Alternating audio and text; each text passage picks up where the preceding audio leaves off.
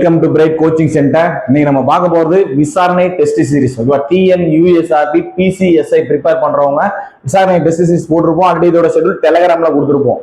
ஓகேவா, டெலிகிராம்ல பிடிஎஃப் இருக்கும். அந்த ஷெட்யூலை நீங்க ஓபன் பண்ணி பாத்துக்குவோம். சரி, இன்னைக்கு நம்ம ஷெட்யூல் பாக்குறது என்னன்னு பாத்தீங்கன்னா விசாரணை 1ல நம்ம 6th சிவிக்ஸோட ஃபுல் ரிவிஷன் பார்த்தோம்.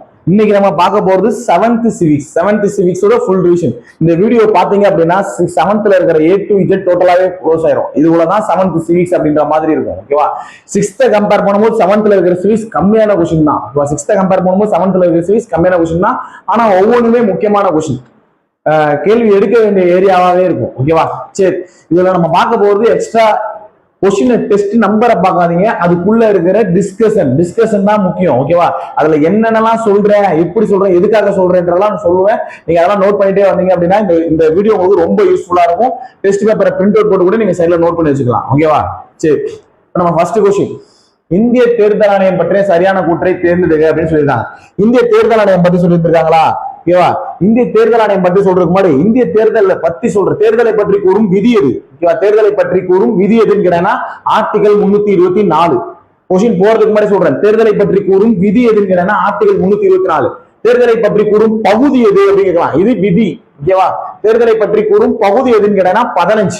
தேர்தலை பற்றி கூறும் பகுதி 15. தேர்தலை பற்றி கூறும் விதி 324. தேர்தல் ஆணையம் எப்ப தொடங்கினாங்க? தேர்தல் ஆணையம் எப்ப தொடங்கினான்னு பாத்தீங்கன்னா 1950 ஜனவரி 25. 1950 ஜனவரி 25 தான் தேர்தல் ஆணையம் தொடங்கினாங்க. தேர்தல் ஆணையம் தொடங்கின ஜனவரி 25 தான் ஓட்டர்ஸ் டே, வாக்காளர் தினம் அப்படின்னு சொல்றாங்க. ஓகேவா, ஜனவரி 25 தான் ஓட்டர்ஸ் டே, வாக்காளர் தினம் சொல்றாங்க. தேர்தல் ஆணையம் தொடங்கின நாள் இது. முக்கியமான கொஸ்டின் இது. ஓகேவா, தேர்தல் ஆணையம் தொடங்கின நாள் பிளஸ் வாக்காளர் தினம் என்னைக்குன்னு கேள்வி கேட்கலாம். சரி, இப்ப இந்தியாவின் தலைமை தேர்தல் ஆணையர் யார்? Chief election commissioner of India யார் அப்படின்னு சொல்லி கேட்பாங்க. ராஜீவ் குமார். மொத்தம் நம்ம தேர்தல் ஆணையர் மொத்தம் எத்தனை பேர் இருப்பாங்க அப்படின்னு பார்த்தோம்னா 1+2 அப்படின்னு சொல்லுவாங்க. ஒரு தலைமை தேர்தல் ஆணையர், அவருக்கு கீழே 2 ஆணையர் இருப்பாங்க. ஓகேவா, ஃபர்ஸ்ட் சீஃப் எலெக்ஷன் கமிஷனர் யார் அப்படின்னு பாத்தீங்கன்னா Rajiv Kumar. Chief election commissioner யாரு? ராஜீவ் குமார். ஓகேவா, அவருக்கு கீழே இருக்கிற 2 பேர் யாரு அப்படின்னு சொல்லணும். ஒருத்தர் பேர் சுக்பீர் சிங் சந்து. ஓகேவா, சுக்பீர் சிங் சந்து. இன்னொருத்தர் பேரு ஞானேஷ் குமார். இன்னொருத்தர் பேரு ஞானேஷ் குமார். சரி, இந்திய தேர்தல் ஆணையத்தோட தலைவர், அதாவது தலைமை தேர்தல் ஆணையர் யாரு அப்படின்னு கேட்டாங்கன்னா ராஜீவ் குமார். அதுக்கு கீழே இருக்கிற தேர்தல் ஆணையர் யாருன்னு கேட்டா 2 பேர் இருப்பாங்க. ஒருத்தர் சுக்பீர் சிங் சந்து, இன்னொருத்தர் ஞானேஷ் குமார். மொத்தம் 1+2 தான் தேர்தல் ஆணையம். ஓகேவா, தேர்தல் ஆணையம் தொடர்ந்த தேதி எப்ப? ஜனவரி 25 1950. தேர்தல் ஆணையம் பற்றி தேர்தலை பற்றி கூறும் விதி எது? 324. பகுதி எது? 15. ஓகேவா, தேர்தலை வேற என்னன்னு சொல்லுவாங்க அப்படின்னு பாத்தீங்கன்னா இந்திய தேர்தல் ஆணையத்தை நிர்வாச்சன் சதன் அப்படின்னு சொல்லுவாங்க. இந்திய தேர்தல் ஆணையத்தை என்னன்னு சொல்லுவாங்கன்னா நிர்வாச்சன் சதன் அப்படின்னு சொல்லுவாங்க. சரி, நிர்வாச்சன் சதன் இந்திய தேர்தல் ஆணையத்தோட ஹெட் குவார்டர்ஸ் எங்க அப்படின்னு பார்த்தோம்னா புதுடெல்லி. இந்திய தேர்தல் ஆணையத்தின் ஹெட் குவார்டர்ஸ், அதாவது தலைமையிடம் புதுடெல்லி. ஓகேவா, இப்ப போதுமான இன்ஃபர்மேஷன் தேர்தலை பத்தி சொல்லியாச்சு. இப்ப நம்ம கொஸ்டின்குள்ள போலாம். இன்னும் நிறைய சொல்லலாம். தேர்தலை நடத்துறது யாரு? மாநிலத்துல மத்திய அரசு தேர்தல் எப்படி நடத்துறாங்க, மாநிலத்தில் எப்படி தேர்தல் நடத்துறாங்க, இன்னும் கேள்வி போலாம். ஆனா இப்போதைக்கு போதுமானதா இருக்கும். நம்ம கேள்விக்குள்ள போலாம். ஃபர்ஸ்ட் கொஸ்டின், இந்தியாவின் தேர்தல் ஆணையம் பற்றிய சரியான கூற்றை தேர்ந்தெடுக்க. இந்திய தேர்தல் ஆணையம் தேர்தலை நடத்துவதற்கான அதிகாரம் கொண்ட ஒரு சுதந்திரமான சட்டப்படியான அரசியலமைப்பு. இந்திய தேர்தல் ஆணையம் ஒரு சுதந்திரமான அமைப்பு. அது எந்த அரசியலமைப்பும் கட்டுப்படுத்த முடியாது. ஓகேவா, அதான் சொல்லியிருக்காங்க. கூற்று 1 சரி. இதன் தலைமையிடம் புதுடெல்லியில் அமைந்துள்ளது. இந்த கூற்றும் சரிதான். இந்திய தேர்தல் ஆணையம் எவ்வாறு அழைக்கப்படுகிறதுன்னு கேட்டா நிர்வாச்சன் சதன். இந்திய தேர்தல் ஆணையம் எவ்வாறு அழைக்கப்படுகிறது கேட்டா நிர்வாச்சன் சதன் என்று அழைக்கப்படுகிறது. ஓகேவா, தேர்தல் ஆணையம் ஃபர்ஸ்ட் கேள்வி முடிஞ்சு. 2மே கூற்று 1 மற்றும் 2 சரி. அது சுதந்திரமான அமைப்புன்னு சொல்லியிருக்காங்க. அதோட தலைமையிடம் புதுடெல்லியில இருக்குது. இந்திய தேர்தல் ஆணையத்தோட இன்னொரு பேர் நிர்வாச்சன் சதன் சொல்லுவாங்க. ஆர்டிகல் 324 பகுதி 15. தலைவர் ராஜீவ் குமார். அதுக்கு கீழே இருக்கிற 2 தேர்தல் ஆணையர் யாரு? சுக்பீர் சிங் சந்து, இன்னொருத்தர் ஞானேஷ் குமார். அவ்வளவுதான் தேர்தல் ஆணையத்தை பத்தி. வாக்காளர் தினம் எப்பன்னு கேட்டா ஜனவரி 25. அதை ஸ்டார்ட் பண்ண டேட்டு தான் வாக்காளர் தினம். ஓகேவா, தேர்தல் ஆணையத்தை பத்தி அவ்வளவுதான் கேள்வி. சரி, அடுத்து 2வது கேள்வி நம்ம பார்க்க போறது. ஓகேவா, நம்ம பார்க்க போற 2வது கேள்வி, கீழ்கண்டவற்றில் தனி மனித தொடர்பு சாதனம் எது? தனி மனித தொடர்பு சாதனமா எது அப்படின்னு கேட்டானா தனி மனிதன், ஒரு மனிதன் டு இன்னொரு மனிதனுக்கு மட்டும்தான் தெரியுது, அதுதான் தனி மனித சாதனம் சொல்லுவாங்க. ஒரு மனிதன் ஏதாவது ஒண்ணு ஸ்ப்ரெட் பண்றது பல மனிதர்களுக்கு தெரியுது அப்படின்னு கேட்டா அது வெகுஜன ஊடகம்னு சொல்லுவாங்க. இது தனி மனித ஊடகம், தொடர்பு சாதனம். ஓகேவா? இப்ப நான் அதாவது யூடியூப்ல போற வீடியோ நிறைய பேர் பாக்குறாங்களா, அது வெகுஜன ஊடகம். தனி மனித ஊடகம்ன்றது எதுன்னு கேட்டனா கடிதம் சொல்லலாம். ஓகேவா? நார்மலா கடிதம், தனி மனித தொடர்பு சாதனம் தான் எதுன்னு கேக்குறாங்க. கடிதம், மின்னஞ்சல். கடிதம்ன்றது என்ன, ஒருத்தருக்கு ஒருத்தர் போகிறது. ஓகேவா? இன்னொன்னு மின்னஞ்சல். மின்னஞ்சல்ன்றது இமெயில், ஒருத்தர்ல இருந்து இன்னொருத்தர் அனுப்பிக்கலாம். ஓகேவா? கடிதம், இமெயில். அடுத்து தொலைபேசி, அலைபேசி, தொலைநகல். தொலைநகல்ன்றது ஃபேக்ஸ். கடிதம், மின்னஞ்சல், தொலைபேசி, அலைபேசி, தொலைநகல். இந்த அஞ்சுமே என்னன்னு சொல்லுவாங்கன்னா தனிநபர் ஊடகம் அப்படின்னு சொல்லலாம். ஓகேவா? வெகுஜன ஊடகம்னா டிவி, யூடியூப் சொல்லலாம், டிவி சொல்லலாம், அப்புறம் ரேடியோ சொல்லலாம், நியூஸ் பேப்பர். இந்த மூணுமே என்னன்னு கேட்டா வெகுஜன ஊடகம். இங்க என்ன ஆப்ஷன் கொடுத்துருக்காங்க, இந்த வானொலி, அதாவது ரேடியோ, தொலைக்காட்சி, செய்தித்தாள், இது எல்லாமே வெகுஜன ஊடகத்துல வரும். தனி மனித ஊடகம் எதுன்னு பார்த்தீங்கன்னா மின்னஞ்சல், தனிநபர் ஊடகம். அப்ப ஆன்சர் என்ன அப்படின்னு பார்த்தா ரெண்டுக்கான ஆன்சர் பி ஆப்ஷன். ரெண்டுக்கான ஆப்ஷன் பி ஆப்ஷன். ஓகேவா? சரி, அடுத்து மூணாவது கேள்வி. பெண்கள் ஓட்டுரிமை பற்றி சொல்லுங்க, பொறுத்துக அப்படின்னு சொல்லியிருக்காங்க. ஓகேவா? பெண்கள் ஓட்டுரிமைக்கு முன்னாடி இந்தியாவில் முதலில் தேர்தல் நடந்த ஆண்டு எது? இந்தியாவில் முதல் தேர்தல் நடந்த ஆண்டு 1920. 1920. சுதந்திர இந்தியாவின் முதல் பொது தேர்தல் கேட்டாங்கன்னா 1952. சுதந்திர இந்தியாவின் முதல் பொது தேர்தல் 1952. இந்தியாவின் முதல் பொது தேர்தல் 1920. இந்த 1920ல வாக்குரிமை, அதாவது ஓட்டு போறது எப்படி கொடுத்திருந்தாங்கன்னா எல்லாருக்கும் ஓட்டு கிடையாது. ஓகேவா? செல்வந்தர்களுக்கு மட்டுமே வாக்குரிமை கொடுத்திருந்தாங்க 1920ல.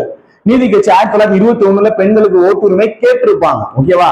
சரி, நம்மளுக்கு பெண்களுக்கு எப்பதான் வாக்குரிமை கொடுத்தாங்க, ஓட்டுரிமை கொடுத்தாங்க அப்படின்னு பார்த்தா 1952. அனைத்து பெண்களும் வயது வந்தோர் வாக்குரிமை அடிப்படையில வாக்குரிமை கொடுத்தாங்க. ஓகேவா? சரி, இந்த வாக்குரிமை கொடுக்கறதுக்கு முன்னாடி ஓட்டு போடும் வயது, அதாவது வாக்குரிமையின் வயது என்ன? வயது வந்தோர் வாக்குரிமை சொல்லல, எத்தனை வயது வந்தா நிரம்பியவர்கள் வாக்களிக்கிறான்னு கேட்டா 18 வயது. இதுக்கு 18 வயதுக்கு முன்னாடி ஆரம்பத்துல எவ்வளவு இருந்துச்சு அப்படின்னா 21 வயது நிரம்பியவர்கள் தான் வாக்களிக்க முடியும் இருந்துச்சு. அந்த 21 வயதில் இருந்து 18 வயது நிரம்பியவர்கள் வாக்களிக்கலாம்னு சொல்லி ஒரு சட்ட திருத்தத்தை மாத்துறாங்க. எந்த வருஷம் சட்டம் போடுறாங்க அப்படின்னு பாத்தீங்கன்னா 1988, 1989. இது ரெண்டு கொடுத்தாலும் சரிதான். 61வது சட்ட திருத்தம். ஓகேவா? 61வது சட்ட திருத்தத்துல 1988, 89ல 21ல இருந்து ஏஜ், வாக்களிக்கும் வயதை 21ல இருந்து 18ஆ மாத்துறாங்க. ஓகேவா? வாக்களிக்கும் வயது 21ல இருந்து 18ஆக மாத்தின வயது எதுன்னு கேட்டா சட்ட திருத்தம் எது கேட்டா 61வது சட்ட திருத்தம். வருஷம் எதுன்னு கேட்டா 1988ல இருந்து 1989 வர. ஓகேவா? சார் 88 டு 88, 89 எது கொடுத்தனால ரைட்டு. ஒரு புக்ல 88 இருக்கும், இன்னொரு புக்ல 89 இருக்கும். ஆனா நான் ரெண்டு வருஷத்தையும் சொல்லிட்டேன். சட்ட திருத்தம் 61. ஓகேவா? நம்ம சுதந்திர இந்தியாவின் முதல் பொது தேர்தல் 1952. இந்தியாவின் முதல் பொது தேர்தல், இந்தியாவில முதல் பொது தேர்தல் 1920. சரி, இப்போ ஒவ்வொரு வருஷத்துலயும் எந்தெந்த நாட்டுல பெண்களுக்கு வாக்குரிமை கொடுத்திருக்காங்கன்னு பார்க்கலாமா? இங்க லண்டன்ல எப்ப கொடுத்தாங்கன்னு பாத்தீங்கன்னா 1918. லண்டன்ல கொடுத்தது 1918. அமெரிக்கால 1920. இந்தியாவில 1952 கொடுத்திருப்பாங்க. நியூசிலாந்து 1893 கொடுத்திருப்பாங்க. சுவிட்சர்லாந்து தான் கடைசியா 1971 கொடுத்திருப்பாங்க. இதான் இதோட answer. London 1918, America 20, India 1952, New Zealand 1893, Switzerland 1971. New Zealand தான் முதல்ல கொடுத்தது. பெண்களுக்கான ஓட்டுரிமை முதலில் வழங்கிய நாடு நியூசிலாந்து 1893. ஓகேவா? சரி, இப்ப இதுல பொறுத்துவேல் ஆன்சர் லண்டன் 1918. இது 1ல இருக்கும். ஓகேவா? அமெரிக்கா 1920. 2, அதாவது இருக்கிற 1, 2, 3, 4, 5. 5, 4ன்னு ஸ்டார்ட் ஆகுது. 5, 4ன்னு இது எல்லாமே ஸ்டார்ட் ஆகுது. அடுத்து மூணாவது கொஸ்டின் 1952. 1952 இங்க இருக்குது. அப்ப 5, 4, 3ன்னு ஸ்டார்ட் ஆகுது. ஏ ஆப்ஷன்ல இருக்குது. அப்ப ஆன்சர் என்ன அப்படின்னு பார்த்தோம்னா ஏ ஆப்ஷன். நீங்க பொறுத்திய பார்க்க வேணா, நான் இதுலயே ஆன்சர் கொடுத்துட்டேன். லண்டன்ல 1918, அமெரிக்கான 1920, இந்தியானா 52, நியூசிலாந்து 1893 கொடுத்தாங்க. சுவிட்சர்லாந்து கடைசியா 1971 கொடுத்தாங்க வாக்குரிமை. ஓகேவா? சரி, அடுத்த கேள்வி. இந்த பெண்களுக்கு வாக்குரிமை கொடுக்கறதுல வேற ஏதாவது கொஸ்டின் விட்டுருக்கான்னு செக் பண்ணிக்கிறேன். ஓகேவா? அவ்வளவுதான், பெண்களுக்கு வாக்குரிமை கொடுக்கறதுல கொஸ்டின் இவ்வளவுதான் இருக்கு. ஓகேவா? சரி, அடுத்து பொருந்தாததை தேர்வு செய்க. ஒரு பெண்களை பத்தி நம்ம பாடம் படிச்சிருக்கோம். பெண்கள் மேம்பாடு அப்படின்னு சொல்லி ஒரு லெசன் படிச்சிருந்திருப்போம். இந்த பெண்கள் மேம்பாடுல மொத்தம் ஒரு ஸ்டார்டிங்ல பார்த்தோம்னா ஒரு 5 பேர் சொல்லியிருந்திருப்பாங்க. ஓகேவா? இந்த உலகின் முதல் பெண் பிரதமர் யார்? சிரிமாவு பண்டார நாயக்கே. அவன் என்ன கொடுத்துருக்கானா உலகின் பெண் பிரதமர் யாரெல்லாம் கேட்கல, சினிமாவோ பண்டார நாயகி எந்த நாடை சேர்ந்தவர் தான் கேள்வி போட்டு கொடுத்துருக்கான். ஓகேவா, உலகின் முதல் பெண் பிரதமர் சினிமாவோ பண்டார நாயகி, பெண் பிரதமர் PM, உலகின் முதல் பெண் பிரதமர் சினிமாவோ பண்டார நாயகி. அவங்க எந்த ஸ்டேட் சேர்ந்தவங்க சார், எந்த நாடை சேர்ந்தவங்க, இலங்கையை சேர்ந்தவங்க. அடுத்து எவரெஸ்ட் சிகரத்தை அளவிட்டவர் யார், ஜன்கோதபே. எவரெஸ்ட் சிகரத்தை அளவிட்டவர் ஜன்கோதபே. எந்த நாடுன்னு பார்த்தோம்னா ஜப்பானை சேர்ந்தவர். எவரெஸ்ட் சிகரத்தை அளவிட்டவர் ஜன்கோதபே, ஜப்பானை சேர்ந்தவர். வாலண்டினா தெரஸ்கோவா, விண்வெளிக்கு சென்ற முதல் பெண் வீராங்கனை. ஓகேவா, விண்வெளிக்கு சென்ற முதல் பெண் யாருங்கன்னா வாலண்டினா தெரஸ்கோவா. வாலண்டியரா விண்வெளிக்கு போறாங்கன்னு ஞாபகம் வச்சுக்கலாம். வாலண்டினா தெரஸ்கோவா முதல் பெண் விண்வெளிக்கு சென்ற முதல் பெண் வீராங்கனை வாலண்டினா தெரஸ்கோவா. எந்த நாட்டை சேர்ந்தவங்கன்னா ரஷ்யா. ஆனா இங்க என்ன கொடுத்துருப்பாங்க, அமெரிக்கான்னு கொடுத்துருப்பாங்க. வாலண்டினா தெரஸ்கோவா ரஷ்யாவை சேர்ந்தவங்க. ஓகேவா, அப்ப ஆன்சர் என்ன பொருந்தாது அப்படின்னு பார்த்தோம்னா சி ஆப்ஷன். கீழே சார்லோட் கூப்பர். சார்லோட் கூப்பர் யார் அப்படின்னு பார்த்தோம்னா ஒலிம்பிக்கில் தங்கம் வென்ற முதல் பெண்மணி. ஒலிம்பிக்கில் தங்கம் வென்ற முதல் பெண்மணி சார்லோட் கூப்பர். சார்லோட் கூப்பர் எந்த நாடை சேர்ந்தவங்க, இங்கிலாந்தை சேர்ந்தவங்க. கரெக்டா கொடுத்துருக்காங்க. அப்ப பொருந்தாது எது, வாலண்டினா தெரஸ்கோவா ரஷ்யாவை சேர்ந்தவங்க, அதான் பொருந்தல. ஓகேவா, இன்னொரு சொல்றேன், உலகின் முதல் பெண் பிரதமர் சினிமாவோ பண்டார நாயகி. அடுத்து அவங்க வந்து இலங்கையை சேர்ந்தவங்க. ஜன்கோதபே எவரெஸ்டை அளவிட்டவர் யாருன்னு கேட்டா ஜன்கோதபே. ஜன்கோதபே ஜப்பானு. வாலண்டினா தெரஸ்கோவா விண்வெளிக்கு சென்ற முதல் பெண் வீராங்கனை யாருன்னு கேட்டா வாலண்டினா தெரஸ்கோவா ரஷ்யா. ஒலிம்பிக்கில் தங்கம் என்ற முதல் பெண்மணி யாருன்னு கேட்டா சார்லட் கூப்பர். அவங்க எந்த கண்ட்ரி சேர்ந்தவங்கன்னா இங்கிலாந்து. ஓகேவா, சரி. அடுத்து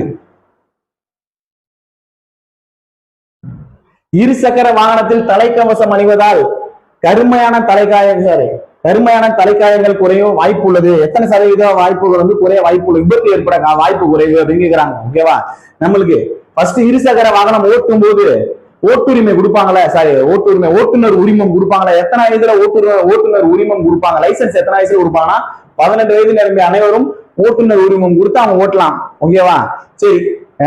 உலக அளவில் சாலை விபத்து ஏற்படும் நாடுகளில் முதலிடம் வகிப்பது எந்த நாடுன்னு கேள்வி கேட்கலாம்.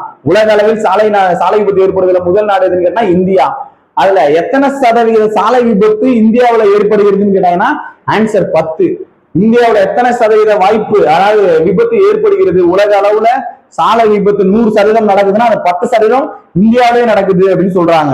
ஓகேவா, தலைக்கவசம் அணிவதால எவ்வளவு சதவீதம் வந்து விபத்தை வந்து குறைக்க முடியும் கேட்டா 70%. தலைக்கவசம் அணிவதால எத்தனை சதவீத இழப்பை குறைக்கலாம்னா 70%. சீட் பெல்ட் இருக்கை பட்டை அணிவதன் மூலம் எத்தனை சதவீத உயிரிழப்பை தடுக்கலாம் அப்படின்னு கேட்டா 60%. இது இருக்கை பட்டை. அதாவது சீட் பெல்ட் அணிவதன் மூலம் எத்தனை சதவீத உயிரிழப்பை தடுக்கலாம் 60%. தலைக்கவசம் எத்தனை சதவீதம் தலைக்கவசம் அணிவதன் மூலம் எத்தனை சதவீத இழப்பை தவிர்க்கலாம் கேட்டானா 70%. இந்த உலக அளவுல இந்தியாவோட சாலை விபத்து எத்தனை சதவீதம் கேட்டாங்கன்னா 10%. நம்ம ஓட்டுநர் உரிமம் பெற எத்தனை வயசுன்னு கேட்டாங்கன்னா 18 வயசு சதவீதம் வராது. 18 வயது நிரம்பிய அனைவருக்கும் ஓட்டுநர் உரிமம் பெற தகுதியானவர்கள். ஓகேவா, சரி. அடுத்து வேற என்ன கேட்கலாம், கார் பூலிங்னா என்ன அப்படின்னு கேட்கலாம். கார் பூலிங்னா என்ன அப்படின்னு பார்த்தோம்னா சாலையில பல வாகனங்கள் செல்வதை தடை, அதாவது பல வாகனங்கள் செல்வதற்கு பதிலாக ஒரு வாகனத்துல வந்து ஷேர் செஞ்சு போறது, ஷேர் ஆட்டோ மாதிரி. ஒரு வாகனத்துல ஒரு இடத்துல இருந்து இன்னொரு இடம். ஓகேவா, அதாவது திருச்சியில இருந்து நான் வந்து இப்ப பெரம்பலூர் போறேன் அப்படின்னா ஒரே வண்டியிலேயே நிறைய கார்ல போகாம ஒரு கார்ல ஒரு 10 பேரை ஏத்திட்டு போறது, ஷேர் பண்ணி போறது. அதுதான் என்னன்னு சொல்லுவாங்கன்னா கார் பூலிங்னு சொல்றாங்க. ஓகேவா, ஷேர் ஆட்டோ மாதிரி. அதுவே ரக்ஷானா என்ன அப்படின்னு கேக்குறாங்க. ரக்ஷானா என்னன்னா, ரக்ஷா என்பது ஒரு தானியங்கி கருவி. அந்த தானியங்கி கருவியை வண்டியில பொருத்திக்கிட்டு அந்த வண்டி எங்க இருக்கு, அதாவது அந்த வாகனம் எங்கு செயல்படுகிறது, எந்த இடத்துல இருக்கிறது என்பதை அறிந்து கொள்ள உதவும் தானியங்கி கருவி தான் ரக்ஷா என்ற ஒரு தானியங்கி கருவி. ரக்ஷா என்ற தானியங்கி கருவி பிளஸ் கார் பூலிங் என்பது என்ன அப்படின்றது தெரிஞ்சுக்கோ. அடுத்து சாலை பாதுகாப்பு வாரம் ஒவ்வொரு வருடமும் எந்த மாதத்தில் கடைபிடிக்கப்படுகிறது? சாலை பாதுகாப்பு வாரம் ஜனவரி மாதம் முதல் வாரம். சாலை பாதுகாப்பு வாரம் ஜனவரி, ஒவ்வொரு வருடமும் ஜனவரி மாதத்துல முதல் வாரத்தை என்னன்னு சொல்லுவாங்கன்னா சாலை பாதுகாப்பு வாரம் சொல்லுவாங்க. ஒவ்வொரு வருடமும் ஜனவரி மாதம் முதல் வாரம் என்னன்னு சொல்லுவாங்கன்னா சாலை பாதுகாப்பு வாரம் சொல்லுவாங்க. அது ஒரு கொஸ்டின் கேட்கலாம். ஓகேவா, வேற என்ன கேள்வி கேட்கலாம்? பாராளுமன்றத்துல போக்குவரத்து சட்டம், அதை பத்தி நம்ம அடுத்த கேள்வி வருவோம். நம்ம அதை அடுத்த கேள்வியில பாத்துக்கலாம். ஓகேவா, சரி. இந்த கேள்விக்கு இது போதும். அடுத்த கேள்வி 5வது கேள்வி. அடுத்த 6வது கேள்வி, மக்களாட்சியின் அடிப்படை கோட்பாடு இது. மக்களாட்சியின் அடிப்படை கோட்பாடு என்னன்னா சுதந்திரம், சமத்துவம். A மற்றும் B. ஓகேவா, மக்களாட்சியின் அடிப்படை கோட்பாடு 2 கேள்வி கேட்பாங்க. மக்களாட்சியின் அடிப்படை கோட்பாடு என்ன? மக்களாட்சியின் தூண்கள் என்ன? ஓகேவா, மக்களாட்சியின் அடிப்படை கோட்பாடு சுதந்திரம், சமத்துவம். மக்களாட்சியின் தூண்கள்னு கேட்டாங்கன்னா சமத்துவமும் நீதியும். ஓகேவா, சமத்துவம் நீதி. சமத்துவமும் நீதியும் என்னன்னு சொல்லுவாங்கன்னா மக்களாட்சியின் தூண்கள் அப்படின்னு சொல்லுவாங்க. சமத்துவமும் நீதி என்னன்னு சொல்லுவாங்க? மக்களாட்சியின் தூண்கள் சமத்துவம் நீதி. மக்களாட்சியின் கோட்பாடு சமத்துவம் சுதந்திரம். மக்களாட்சியின் கோட்பாடு சமத்துவம் சுதந்திரம் சொல்லி சொல்லுவாங்க. சரி, இதுல 2 கொஸ்டின். மக்களாட்சி. மக்களாட்சி என்றால் என்ன? மக்களாட்சி என்பது மக்களால் மக்களுக்காக மக்களை ஆளும் ஆட்சி தான் மக்களாட்சி. அந்த மக்களாட்சி பத்தி சொன்னது, அந்த கூற்று சொன்னது யாரு? ஆபிரகாம் லிங்கன் தான் சொல்லியிருப்பாரு. மக்களாட்சி என்பது டெமோகிரசி, டெமோஸ் பிளஸ் கிரேசி என்று பொருள். 2 கிரேக்க சொற்களால் ஆனது. மக்களாட்சி என்பது 2 கிரேக்க சொற்களால் ஆனது. டெமோஸ் என்றால் மக்கள் என்றும், கிரேசி என்றால் ஆட்சி அல்லது அதிகாரம் என்றும் பொருள் அப்படின்னு சொல்லி நம்ம படிச்சிருப்போம் மக்களாட்சி. அதுல நேரடி மக்களாட்சி, மறைமுக மக்களாட்சின்னு தனியா ஒரு டாபிக்கே போகும். ஓகேவா, நம்மளுக்கு அது 7th இருக்காது. சும்மா நான் ஒரு பேசிக் சொல்றேன். இந்தியா மக்களாட்சி நாடான மக்களாட்சி எந்த ஆண்டில் ஆனதுன்னு கேட்டா 1950. இந்தியா மக்களாட்சி ஆன ஆண்டு எதுன்னு கேட்டா 1950. ஓகேவா, மக்களாட்சிக்கு கூட்டு சொன்னது யாரு? Abraham Lincoln. மக்களால் மக்களுக்காக மக்களை ஆட்சி செய்வதுதான் மக்களாட்சின்னு சொல்லி இருந்திருக்காங்க. நேரடி மக்களாட்சி, மறைமுக மக்களாட்சின்னு சொல்லியிருக்கு. மக்களாட்சி என்ற சொல் எத்தனை கிரேக்க வார்த்தைகளால் ஆனதுன்னா 2 கிரேக்க வார்த்தை, டெமோஸ் பிளஸ் கிரேசி. டெமோஸ் என்றால் மக்கள் என்றும், கிரேசி என்றால் அதிகாரம் என்றும் பொருள். ஓகேவா, சரி, வேற எதுவும் மக்களாட்சியில இருக்காது கொஸ்டின். ஓகேவா, அடுத்து 7வது கேள்வி விதி. ஓகேவா, சமத்துவ விதியில 14 to 18 வரவே என்ன அப்படின்னு சொல்லி நீ பாத்து போறான்னு சொல்லிட்டு ஆர்டிகல் 14 என்ன? சட்டத்தின் முன் அனைவரும் சமம்ன்றது ஆர்டிகல் 14. சட்டத்தின் முன் அனைவரும் சமம். 15ல 1 சாதி, மதம், இனம், மொழின்னு சொல்லி வேறுபாடு பார்க்க கூடாது, அதாவது பாகுபாடு காட்டக்கூடாது அப்படின்றத கூட செய்யலாம். ஆர்டிகல் 15. 16 வேலை வாய்ப்பில் அனைவருக்கும் முன்னுரிமை வழங்குவது ஆர்டிகல் 16. விதி 16. தீண்டாமை ஒழிப்பு விதி 17. பட்டங்கள் ஒழிப்பு விதி 18. ஓகேவா, இந்த 14 to 18 தான் சமத்துவ விதி அப்படின்னு சொல்லுவாங்க. நம்மளுக்கு அதான் இங்க பொறுத்துகளை கேட்டிருக்காங்க. விதி 14ன்றது சட்டத்தின் முன் அனைவரும் சமம். எங்க இருக்கு? இங்க 4ஆவதா இருக்கு. அப்ப 1க்கு வந்து 4. விதி 18ன்றது பட்டங்கள் அளித்து வேறுபாடு அளித்தலை தடை செய்யறது, பட்டங்களை ஒழித்தல் 18. 17ன்றது தீண்டாமை ஒழித்தல். லாஸ்டா இருக்கிறது 5க்கு வந்துடும். லாஸ்ட்ல 5ன்றது 1 தான் இருக்கு. 17 தான் தீண்டாமை ஒழித்தல். அப்ப ஆன்சர் என்ன அப்படின்னு பார்த்தா டி ஆப்ஷன். வேலை முடிஞ்சிச்சு. நீ தனியாகவும் சொல்லி பார்க்கலாம். 14 சட்டத்தின் முன் அனைவரும் சமம். 18ன்றது பட்டங்கள் ஒழிப்பு. 16 வேலை வாய்ப்புல அனைவரும் முன்னுரிமை அளிக்க வேண்டும். 15ன்றது பாகுபாடை தவிர்க்கிறது. 17ன்றது தீண்டாமை ஒழிப்பு. ஓகேவா, சரி, அடுத்த கேள்வி. சட்டத்தின் ஆட்சி என்ற பதத்தை வாதுரைத்தவர் யார்? சட்டத்தின் ஆட்சி என்ற பதத்தை வாதுரைத்தவர் ஏபி டைசி. சட்டத்தின் ஆட்சி என்ற பதத்தை வாதித்தவர் யாருன்னா ஏபி டைசி. அந்த சமத்துவம்ன்ற பாடத்துல ஒரு 5 சமத்துவம் இருக்கும். சமத்துவம்ன்ற பாடத்துல ஒரு 5 சமத்துவம் இருக்கும். சமூக சமத்துவம், குடியியல் சமத்துவம், அரசியல் சமத்துவம், பாலின சமத்துவம், இந்திய அரசியலமைப்பு சமத்துவம்னு ஒரு 5 சமத்துவம் இருக்கும். ஓகேவா, சமூக சமத்துவம்னா குடிமக்கள் அனைவரையும் சமமாக நடத்துவதுதான் சமூக சமத்துவம் சொல்லியிருப்பாங்க. குடிமக்கள் அனைவரையும் சமமாக நடத்துவது சமூக சமத்துவம். அடுத்து குடியியல் சமத்துவம், குடியியல் உரிமைகளை வழங்குவது குடியியல் சமத்துவம். அந்த குடியியல் சமத்துவத்துக்குள்ள ஏவி டைசி சொல்லி இருந்திருப்பாரு. சட்டத்தின் ஆட்சி என்ற சொல்லை வாதுரைத்தவர் யாருன்னா ஏவி டைசி. எந்த சமத்துவத்துக்குள்ள ஏவி டைசி வந்து சட்டத்தின் ஆட்சி என்ற சொல்லை வாதுரைத்தார்னு கேட்டாங்கன்னா குடியியல் சமத்துவம். இது எந்த இதுக்குள்ள சமத்துவத்துக்குள்ள வருதுன்னா குடியியல் சமத்துவம். இதுவே ஒரு கேள்வியா வந்திருக்கும். அந்த ஏவி டைசி எந்த ஊரை சேர்ந்தவர்னா, எந்த நாட்டை சேர்ந்தவர்னா இங்கிலாந்து. ஏவி டைசி இங்கிலாந்தை சேர்ந்தவர். சட்டத்தின் ஆட்சி என்ற சொல் எந்த நாட்டை சேர்ந்ததுன்னு கேட்டாங்கன்னா அந்த சொல்லு எந்த நாட்டுல இருந்து எடுத்தாங்கன்னா இங்கிலாந்து தான் சொல்லுவாங்க. ஏன்னா ஏவி டைசி இங்கிலாந்து. ஓகேவா, சட்டத்தின் ஆட்சி என்ற பதத்தை வாதுரைத்தவர் ஏவி டைசி. ஏவி டைசி எந்த நாட்டை சேர்ந்தவர்னா இங்கிலாந்து. ஞாபகம் வச்சுக்கோ. சரி, அடுத்து பேராசிரியர் லாஸ்கி. லாஸ்கி என்ன சொல்லி இருந்திருக்கிறாரு? சமமாக நடத்துவது மட்டுமல்ல, வெகுமதி அளிப்பதிலும் சமமாக நடத்த வேண்டும் என்பதுதான் யாரோட கூற்று அப்படின்னு பார்த்தோம்னா பேராசிரியர் லாஸ்கியோட கூற்று. ஓகேவா, சமத்துவம் என்பது சமமாக நடத்துவது மட்டுமல்ல, வெகுமதி அளிப்பதிலும் சமமாக இருக்க வேண்டும். அதுல 1 சமூக சிறப்புரிமை இல்லாததும், 2வது வேலை வாய்ப்பில் அனைவருக்கும் சமமான வாய்ப்பு அளிப்பதும் தான் என்னன்னு சொல்றாங்கன்னா பேராசிரியர் லாஸ்கி கூற்று. என்னன்னு சொல்லியிருப்பாருன்னா சமத்துவத்தை பத்தி சொல்லியிருப்பாரு. ஓகேவா, அதாவது போதுமான வாய்ப்பு 1 சமூக சிறப்புரிமை இல்லாதது, 2வது வந்து போதுமான வாய்ப்பு வந்து அனைவருக்கும் அளிக்க வேண்டும் அப்படின்னு சொல்லி இருக்கிறது. யாரோட கூற்று அப்படின்னு பார்த்தோம்னா பேராசிரியர் லாஸ்கியோட கூற்று. ஏவி டைசி பார்த்தோம், சட்டத்தின் ஆட்சி என்பது அனைவருக்கும் சமம். ஓகேவா, ஏவி டைசி கூற்று. இது இங்கிலாந்துல இருந்து எடுத்தது. இது எந்த சமத்துவத்துல வரும்னு பார்த்தோம்னா குடியியல் சமத்துவத்துல வரும். ஓகேவா, அம்பேத்கர் பத்தி ஆல்ரெடி நம்ம பார்த்திருப்போம். அரசியலமைப்பின் தந்தை, வரைவு குழுவின் தந்தை, வரைவு குழுவின் தலைவர், அரசியலமைப்பின் தந்தை, முதல் சட்ட அமைச்சர், ஓகேவா. நிறைய பார்த்தோம் அம்பேத்கரை பத்தி. அவர் வந்து பிஎஸ்சி பட்டம் லண்டன்ல வாங்கியிருந்தாரு, எம்ஏ முடிச்சிருந்தாரு, பிஹெச்டி பட்டம் முடிச்சிருந்தாரு. இது எல்லாமே நம்ம பார்த்தோம். அது அந்த டாபிக் உள்ள போக தேவையில்ல. இது 6th நம்ம பார்த்தது. ஓகேவா. சரி, இப்ப நம்ம பாக்குறது 7th. இப்ப சட்டத்தை ஆட்சி என்ற பதத்தை வாதுறுத்தவர் யாருங்கன்னா ஏவி டெய்ஸி. ஏவி டெய்ஸி எந்த ஊர்னா இங்கிலாந்து. ஓகேவா. சரி, அடுத்த கொஸ்டின் 9வது கொஸ்டின். நுகர்வோர் பாதுகாப்பு சட்டம். நுகர்வோர் பாதுகாப்பு சட்டம் 1986.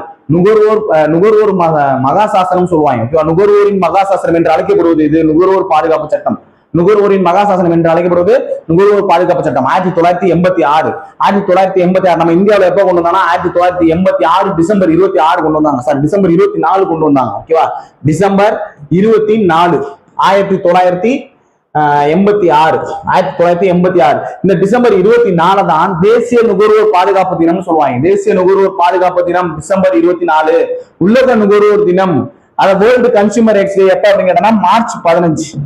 வேர்ல்டு கன்சியூமர் ரைட்ஸ் உலக நுகர்வோர் தினம் மார்ச் 15. தேசிய நுகர்வோர் தினம் டிசம்பர் 24. தேசிய நுகர்வோர் தினம் டிசம்பர் 24. உலக நுகர்வோர் தினம் மார்ச் 15. ஓகேவா. இந்த நுகர்வோர் பாதுகாப்பு சட்டத்தை என்னன்னு சொல்றாங்க, நுகர்வோர் மகாசாசனம் என்று அழைக்கப்படுகிறது 1986. இந்த 1986 கொண்டு வரப்பட்ட நுகர்வோர் மகாசாசனத்தை, அதாவது நுகர்வோர் பாதுகாப்பு சட்டத்தை திருத்துறாங்க. அது என்னன்னு சொல்லி, அது என்னவா வருது அப்படின்னா நுகர்வோர் பாதுகாப்பு மசோதா அப்படின்னு சொல்லி ஆகஸ்ட்ல 2019 அறிமுகப்படுத்துறாங்க. ஆகஸ்ட் 2019 நுகர்வோர் பாதுகாப்பு மசோதா பாராளுமன்றத்துல ஒரு மிகப்பெரிய மசோதாவை திருத்தி கொண்டு வராங்க. இந்த நுகர்வோர் பாதுகாப்பு சட்டம் தான் நம்ம நுகர்வோரின் மகாசாசனம் சொல்றோம். அதுல ஒரு சில திருத்தங்களை கொண்டு வராங்க. நுகர்வோர் பாதுகாப்பு மசோதா. மசோதானா என்ன அப்படின்னு பார்த்தோம்னா சட்டமா வர்றதுக்கு முன்னாடி இருக்கிற நிலைதான் மசோதா. குடியரசுத் தலைவர் கையெழுத்து போட்டாங்க. 2 அவையிலும் பில் பாஸ் ஆகி குடியரசுத் தலைவர் கையெழுத்து போட்டாச்சுன்னா சட்டமாயிரும். இப்ப அது மசோதாவா இருக்கு. 2 அவையிலும் பில் பாஸ் ஆகி குடியரசுத் தலைவர் இன்னும் கையெழுத்து போகல. ஓகேவா. போட்டிருந்தாருன்னா சட்டமா மாறிடும். இப்ப அதை என்னன்னு சொல்றாங்கன்னா நுகர்வோர் பாதுகாப்பு மசோதா அப்படின்னு சொல்றாங்க. ஆகஸ்ட் 2019. ஓகேவா. சரி, இது நுகர்வோர் பாதுகாப்பு சட்டம்ன்றது 1986. அடுத்து இந்திய தர நிர்ணய பணியக சட்டம், அதுவும் 1986. இந்திய தர நிர்ணய பணியக சட்டம் 1986. நுகர்வோர் பாதுகாப்பு சட்டம் 1986. அடுத்து சட்ட அளவீடு சட்டம் 2009. சட்ட அளவீடு சட்டம் 2009. ஓகேவா. தவறான என்ன கேட்கிறாங்களா, அத்தியாவசிய பொருட்கள் சட்டம் எதுன்னு கேட்டா 1980 வராது, 1955. அத்தியாவசிய பொருட்கள் சட்டம் 1955 கொடுத்திருக்கணும். ஓகேவா. வெறும் பொருட்களின் சட்டம் தான் 1980. வெறும் பொருள்களின் சட்டம் தான் 1980. அத்தியாவசிய பொருட்களின் சட்டம்னா 1955. ஞாபகம் வச்சுக்கணும். நுகர்வோர் பாதுகாப்பு சட்டம் 1986. இந்திய தர நிர்ணய பணியக சட்டம் 1986.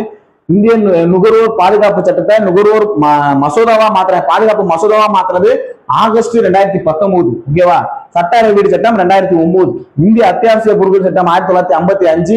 வெறும் பொருட்கள் சட்டம் கேட்டாங்கன்னா 1980. இதுதான் நம்ம அந்த இதுல கொஸ்டின்ல கடைசியா கேட்டிருக்கிறது. ஓகேவா. அந்த சந்தை கொஸ்டின்ல சார் நுகர்வோர் கொஸ்டின்ல கடைசியா கேட்டிருக்கிறது. ஒரு 5 கொஸ்டின் ஒரு பாக்ஸ்ல கேட்டிருப்பாங்க. அதனால நல்லா பாத்துக்குவோம். சரி, அடுத்த கேள்வி போலாம். ஓகேவா. இந்த நெக்ஸ்ட் நம்ம பாக்குறது, பெண்களை பலவீனமான பாலினம் என்று சொல்வது ஒரு அவதூறு. ஒரு பெண், அது பெண் இனத்திற்கு ஆணினம் இழைத்த அநீதியாகும் என்று கூறியவர் யார்? மகாத்மா காந்தியடிகள். பெண்களை பலவீனமான பாலினம் என்று கூறுவது அவதூறு என்று கூறியவர் மகாத்மா காந்தியடிகள். அது பெண் இனத்திற்கு ஆணினம் செய்த அநீதி அப்படின்னு சொல்லியிருக்கிறார். இன்னொரு கூற்று, பாரக் ஒபாமா 2012 ஓகேவா ஐநா சபையில உரையாற்றும் போது சொல்லியிருக்கிறார், நமது எதிர்காலம் பெண்களை உதாசீனப்படுத்துவோர் கைகளில் இல்லை. நமது எதிர்காலம் பெண்களை உதாசீனப்படுத்துவோர் கைகளில் இல்லை. அது நமது மகன்களை கல்வி கற்க செல்லும், அதாவது நம்ம கல்வி கற்க செல்லும் நமது மகன்களை போல மகள்களின் கனவுகளில் உள்ளது. ஓகேவா. நமது எதிர்காலம் பெண்களை உதாசீனப்படுத்துவோர் கைகளில் இல்லை. அது நமது மகன்களை கல்வி கற்க செல்லும் நமது மகன்களை போல மகள்களின் கனவுகளில் உள்ளது. அவர்களை உலகத்தை தாங்கும் வல்லமை கொண்டவர்கள் அப்படின்ற கூற்றை சொல்லுவார் யாருன்னு பார்த்தோம்னா பாரக் ஒபாமா. எந்த வருஷம் சொல்லியிருப்பாருன்னா 2012 ஐக்கிய அதாவது ஐநா சபையில உரையாற்றி இருந்திருப்பார். ஓகேவா. சரி, அடுத்து ஜோதிராவ் பூலே யார் அப்படின்னு பார்த்தோம்னா சாவித்ரிபாய் பூலேயோட கணவர் தான் ஜோதிராவ் பூலே. சாவித்ரிபாய் பூலே முதல் பெண் ஆசிரியை. ஓகேவா. முதல் பெண் ஆசிரியை, இந்தியாவின் முதல் பெண் ஆசிரியர் யார் அப்படின்னு பார்த்தோம்னா சாவித்ரிபாய் பூலே. அவருடைய கணவர் தான் யாருன்னு பார்த்தோம்னா ஜோதிராவ் பூலே. 2 பேரும் சேர்ந்து 1848 முதலில் பெண்கள் பள்ளியை தொடங்கியிருப்பாங்க. இந்தியாவில் முதல் பெண்கள் பள்ளியை தொடங்கியவர்கள் யார் அப்படின்னு பார்த்தோம்னா சாவித்ரிபாய் பூலேவும் ஜோதிராவ் பூலேவும் தான். 2 பேரும் சேர்ந்துதான். இந்த சாவித்ரிபாய் புலேயோட கணவர் தான் ஜோதிராவ் புலே. ஓகேவா? அடுத்து மகரிஷி கார்வே. மகரிஷி கார்வே யாருன்னு பார்த்தோம்னா 1916ல பூனேல முதல் பெண்கள் பல்கலைக்கழகத்தை தொடங்கியவர் மகரிஷி கார்வே. 1916ல பூனேல முதல் பெண்கள் முதல் மகளிர் பெண்கள்லாம் ஒண்ணுதான், முதல் மகளிர் பல்கலைக்கழகத்தை தொடங்கியவர் மகரிஷி கார்வே. பல்கலைக்கழகம்னா மகரிஷி கார்வே, முதல் பெண்கள் பள்ளினா ஜோதிராவ் பூலே, சாவித்ரிபாய் பூலே வந்துருவாங்க. ஓகேவா? இந்தியாவின் முதல் பெண் ஆசிரியர் யாருன்னா சாவித்ரிபாய் பூலே. சரி, ஓகே. இந்த கொஸ்டினுக்கு என்ன ஆன்சர்? பெண்களை பலவீனமான பாலினம் என்று கூறுவது அவதூறுன்னு சொன்னது மகாத்மா காந்தியடிகள். ஓகேவா? சரி, இது 10வது கொஸ்டின். அடுத்து 11. இந்தியாவில் சாலை விதிகளின் ஒழுங்குமுறைகள் எந்த ஆண்டு தொடங்கப்பட்டது? இந்தியாவின் சாலை விதிகளின் ஒழுங்குமுறைகள் பாராளுமன்றத்தில் ஏற்றுக்கொள்ளப்பட்ட வருடம் 1988.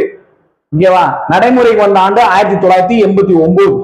சாலை விதிகளின் ஒழுங்குமுறைகள் நடைமுறைக்கு வந்த ஆண்டு 1989. பாராளுமன்றத்தில் ஏற்றுக்கொள்ளப்பட்ட ஆண்டு 1988. இப்ப ஆன்சர் என்ன அப்படின்னு பார்த்தோம்னா 1989. ஓகேவா? இதுக்கு முன்னாடி நம்ம ஆல்ரெடி பார்த்தோம் சாலை பாதுகாப்பு வாரம். சாலை பாதுகாப்பு வாரம் எப்ப கடைபிடிப்பாங்க? ஒவ்வொரு வருடமும் ஜனவரி மாதம் முதல் வாரத்துல சாலை பாதுகாப்பு வாரம் கடைபிடிப்பாங்கன்னு சொல்லி பார்த்திருந்தோம். ஜனவரி மாதம் முதல் வாரம் சாலை பாதுகாப்பு வாரம் ஒவ்வொரு வருடமே செலிப்ரேட் பண்ணுவாங்க. கார் பூலிங்னா என்னன்னு பார்த்தோம். அடுத்து ரக்ஷானா என்னன்னு பார்த்தோம். ரக்ஷானா என்னன்னு சொல்லியிருந்தேன். ரக்ஷா என்பது ஒரு தானியங்கி கருவி. வாகனங்களில் பொருத்தப்பட்டு வாகனம் எங்க இருக்கிறது என்பதை கண்காணிக்க உதவும் கருவி தான் ரக்ஷா என்ற கருவி அப்படின்னு சொல்லி பார்த்திருந்தோம். ஓகேவா? சாலை விபத்து அந்த டேட்டாலாம் நம்ம பார்த்தாச்சு. சரி, அடுத்த கேள்வி போலாம். அமைச்சரவையில் பதவி வகித்த முதல் பெண், அதாவது ஒரு முதல் பெண்ணுன்னு சொல்லிட்டு ஒரு 19 லிஸ்ட் கொடுத்துருப்பாங்க. அந்த முதல் பெண்ணை நான் வேகமா சொல்றேன், அப்படியே லைட்டா பார்த்து கொண்டுதான். ஓகேவா? முதல் பெண் குடியரசுத் தலைவர் யாரு? முதல் பெண் குடியரசுத் தலைவர் பிரதிபா பாட்டீல். ஓகேவா? முதல் பெண் குடியரசுத் தலைவர். அதுக்கு முன்னாடி இந்திய தேசிய காங்கிரசின் தலைவர் யார்? முதல் பெண் இந்திய தேசிய காங்கிரசின் தலைவர் ஐஎன்சி. இந்திய தேசிய காங்கிரசின் முதல் பெண் தலைவர் யாருன்னு கேட்டா அன்னி பெசன்ட். ஓகேவா? அடுத்து குடியரசுத் தலைவர் யார்? முதல் பெண் குடியரசுத் தலைவர். முதல் பெண் குடியரசுத் தலைவர் யாரு? பிரதிபா பாட்டீல். எந்த ஆண்டு கொண்டு வந்தாங்க? 2007ல இருந்து இருந்திருப்பாங்க. ஏன் பிரதிபா பாட்டீல் 2007ல வராங்க அப்படின்னு பார்த்தோம்னா 2002ல இருந்து 2007 அப்துல் கலாம் இருந்திருப்பார். 11வது குடியரசுத் தலைவர் அப்துல் கலாம், ஏபிஜே அப்துல் கலாம். ஓகேவா? 2002ல இருந்து 2007 வரை இருந்திருப்பாங்க. அப்துல் கலாம் அடுத்த வருஷம் அடுத்த எலெக்ஷனே கண்டினியூ ஆகுது. ஆனா அவரு என்ன சொல்லியிருந்தார் அப்படின்னு பார்த்தோம்னா, எனக்கு எல்லாருமே சப்போர்ட் பண்ணிருந்தீங்க அப்படின்னா நான் வந்து எலெக்ஷன் நிக்கிறேன், இல்லைன்னா எலெக்ஷன் நிக்க மாட்டேன், என்ன யாரும் எதிர்த்து நின்றாங்கன்னா நான் எலெக்ஷன் நிக்க மாட்டேன்னு சொல்லிட்டாரு.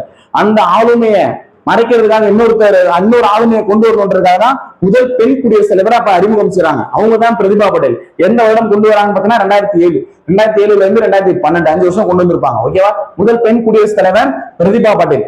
அடுத்து முதல் பெண் ஆளுநர். குடியரசுத் தலைவர் பார்த்தல அப்ப தமிழகத்துல என்னன்னு முதல் பெண் ஆளுநர் சரோஜினி நாயுடு. ஓகேவா? முதல் பெண் ஆளுநர் சரோஜினி நாயுடு. அடுத்து முதல் பெண் முதலமைச்சர்.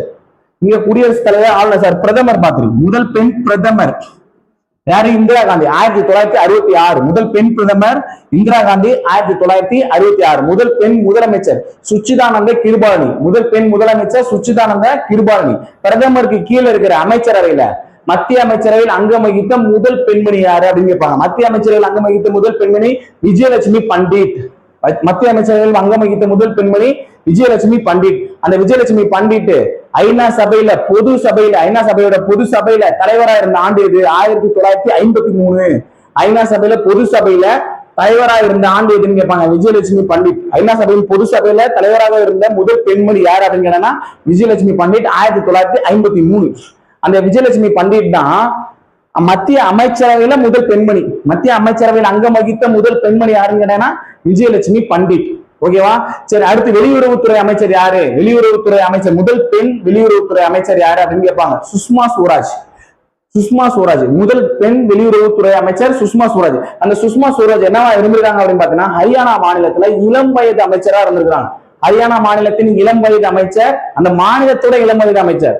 ஓகேவா? சுஷ்மா ஸ்வராஜ். அவங்க இப்ப இந்தியாவுக்கு வெளியுறவுத்துறை அமைச்சரா இருக்காங்க. வெளியுறவுத்துறை அமைச்சர்ல பெண்கள் இருக்கிறது யாருன்னு கேட்டா சுஷ்மா ஸ்வராஜ். அதான் முதல் பெண் வெளியுறவுத்துறை அமைச்சர் யாருன்னா சுஷ்மா ஸ்வராஜ்.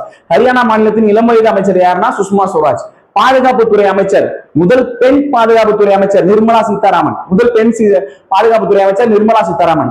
அடுத்து முதல் பெண் நிதி அமைச்சர் நிர்மலா சீதாராமன். பாதுகாப்புத்துறை அமைச்சர் நிர்மலா சீதாராமன்.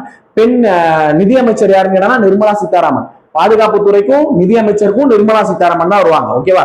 அடுத்து காவல்துறை உயர் அதிகாரி யாருன்னு கேட்பாங்க. கிரண்பேடி. காவல்துறையில உயர் அதிகாரி கிரண்பேடி. முதல் பெண் காவல்துறை உயர் அதிகாரி கிரண்பேடி. முதல் பெண் காவல்துறை இயக்குனர் கஞ்சன் சௌத்ரி பட்டாச்சாரியா. முதல் பெண் காவல்துறை இயக்குனர் கஞ்சன் சௌத்ரி பட்டாச்சாரியா. அடுத்து எவரெஸ்ட் எவரெஸ்ட் எவரெஸ்ட் சிகரத்துக்கு போன முதல் பெண்மணி யார் அப்படின்னு கேட்டாங்கன்னா பச்சேந்திரி பால். எவரெஸ்ட் சிகரத்துக்கு ஏறிய முதல் பெண்மணி யாருன்னு கேட்டா பச்சேந்திரி பால். ஓகேவா?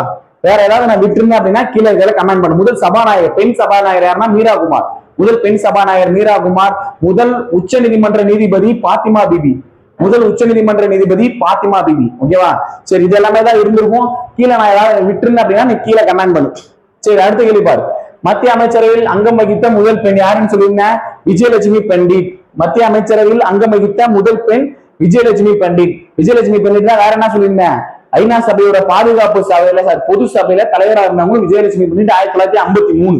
இந்தியாவின் முதல் பெண் மாநில முதலமைச்சர் சுச்சிதானந்த கிருபாலனி. அடுத்து இந்தியாவின் முதல் பெண் ஆளுநர் சரோஜினி நாயுடு. இந்தியாவின் முதல் பெண் பிரதமர் இந்திரா காந்தி. 4க்கு 1 வந்துருக்குமா? 4க்கு 1. ஃபர்ஸ்ட்டுக்கு 4 இருக்கும். ஃபர்ஸ்ட்டுக்கு 4ன்ற ஆப்ஷன் பி ஆப்ஷன் தான் இருக்கு. அப்ப ஆன்சர் என்ன அப்படின்னு பார்த்தோம்னா பால் பி ஆப்ஷன் 4 3 2 1. ஓகேவா? சரி, அடுத்த கேள்வி. இது 12வது கேள்வி. அடுத்து 13. புனித ஜார்ஜ் கோட்டை. ஆங்கிலேயர்கள் கட்டிய முதல் கோட்டை. இந்தியாவில் ஆங்கிலேயர்கள் கட்டிய முதல் கோட்டை புனித ஜார்ஜ் கோட்டை. புனித ஜார்ஜ் கோட்டையில தான் தலைமைச் செயலகமும் செயல்படுது, சட்டசபையும் செயல்படுறது எங்கன்னு கேட்டா ஜார்ஜ் கோட்டையில தான். ஓகேவா? ஜார்ஜ் கோட்டை கட்டப்பட்ட ஆண்டு 1639. ஜார்ஜ் கோட்டை கட்டப்பட்ட ஆண்டு 1639. அதே 1639 தான் செங்கோட்டையை கட்டி இருந்திருப்பார். யாரு? செங்கோட்டையை கட்டியவர் ஷாஜகான். செங்கோட்டையை கட்டியவர் ஷாஜகான். ஓகேவா? 1639. ஷாஜகான் செங்கோட்டைக்கு இன்னொரு பேர் வச்சிருக்காரு. என்னன்னு பார்த்தீங்கன்னா லால் குயிலா. செங்கோட்டையின் இன்னொரு பெயர் லால் குயிலா. செங்கோட்டை கட்டப்பட்ட ஆண்டு 1639. ஏன் செங்கோட்டை சிவப்பு கலர்ல இருக்குது? ஏன்னு பார்த்தோன்னா சிவப்பு நிற மனிதர்களால் கட்டப்பட்டனால அதை செங்கோட்டைன்னு சொல்றாங்க. ஓகேவா? சரி, புனித ஜார்ஜ் கோட்டை கட்டப்பட்ட ஆண்டு 1639. செங்கோட்டை கட்டப்பட்ட ஆண்டு 1639. ஆங்கிலேயர்களால் கட்டப்பட்ட முதல் கோட்டை ஜார்ஜ் கோட்டை 1639. ஓகேவா? புனித டேவிட் கோட்டை எங்க இருக்கு? கடலூர். புனித டேவிட் கோட்டை கடலூர்ல இருக்கும். 1956. அடுத்து 1690. புனித டேவிட் கோட்டை 1690. இந்திய வானொலி தொடங்கப்பட்ட ஆண்டு 1936. அது ஆகாசவாணி என்ற பெயர்ல ஒளிபரப்பு செய்த ஆண்டு 1956. இந்திய வானொலி தொடங்கப்பட்ட ஆண்டு 1936. ஆகாசவாணி என்ற பெயர்ல ஒளிபரப்பு செய்யப்பட்ட ஆண்டு எதுன்னு கேட்டா 1956. ஓகேவா? சரி, ஜார்ஜ் கோட்டை ஆங்கிலேயர்களால் கட்டப்பட்ட முதல் கோட்டை அதுதான் சொல்லியிருந்தேன். 1639. செங்கோட்டை கட்டப்பட்டதும் 1639 தான். ஓகேவா? சரி, பொறுத்துக்க. அப்ப ஆன்சர் என்ன? புனித ஜார்ஜ் கோட்டை 1639 சொல்லினா 1க்கு 2 இருந்திருக்கும். அடுத்து புனித டேவிட் கோட்டை 1690. 2க்கு 4.